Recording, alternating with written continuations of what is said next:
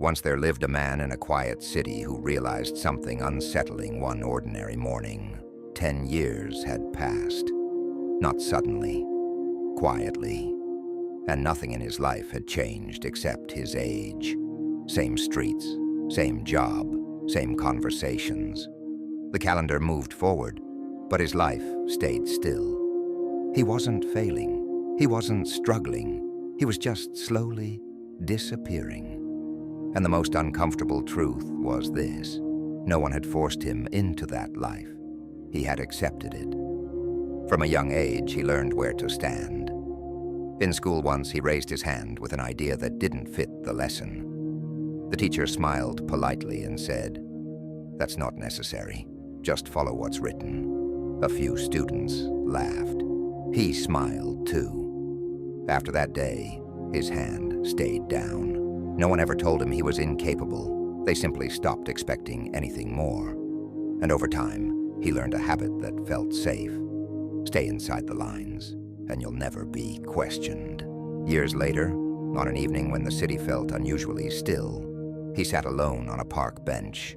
Cars passed, streetlights hummed, people walked by with places to go.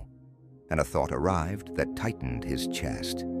Is this really all I am? He didn't answer it. He didn't move. Because answering meant responsibility. Answering meant he could no longer blame time, luck, or people. So he stayed silent, letting the question sit beside him. And in that moment, silence felt heavier than fear. Not long after, an opportunity appeared where he worked. It wasn't exciting. It wasn't safe. It came with risk, confusion, and a high chance of failure. Everyone avoided it. Some said it wasn't worth the trouble. Some said it would end badly, and no one expected him to try. He felt the old voice return. Stay quiet, stay comfortable, stay average. Then another voice appeared, smaller, steadier. If you don't try now, you never will. His heart raced. His mind resisted. And still, he stepped forward. He failed, quickly, publicly. The kind of failure that makes people look away. Mistakes followed him home. Sleep became restless. One night he sat on the edge of his bed, staring at the floor, thinking about quitting, thinking about returning to a life where nothing hurt, because nothing was attempted. That moment was the hardest. Not the failure itself, but the choice it demanded. And quietly, without confidence, without applause, he chose to stay. He tried again, then again. Each failure taught him something no success ever had. He stopped asking if he was good enough. He started asking what he could improve. His circumstances didn't change. His title didn't shift overnight. But something inside him did. He stopped borrowing belief from people who never lived his life. And for the first time, he began creating his own. Months passed. Fear didn't disappear, but it no longer decided his actions. One evening, he walked through the same city streets he had known for years.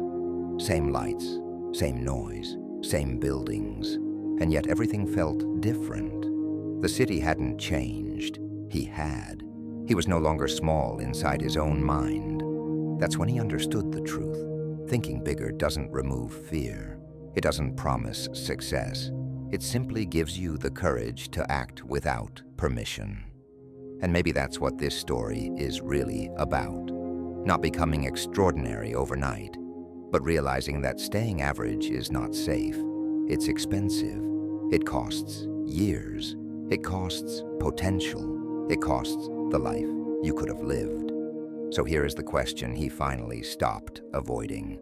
And now it stays with you. Is this really all you are? Because the moment you stop borrowing limits and start thinking bigger, your life doesn't explode. It pauses, it waits, it asks something of you, and then, only if you choose, it begins.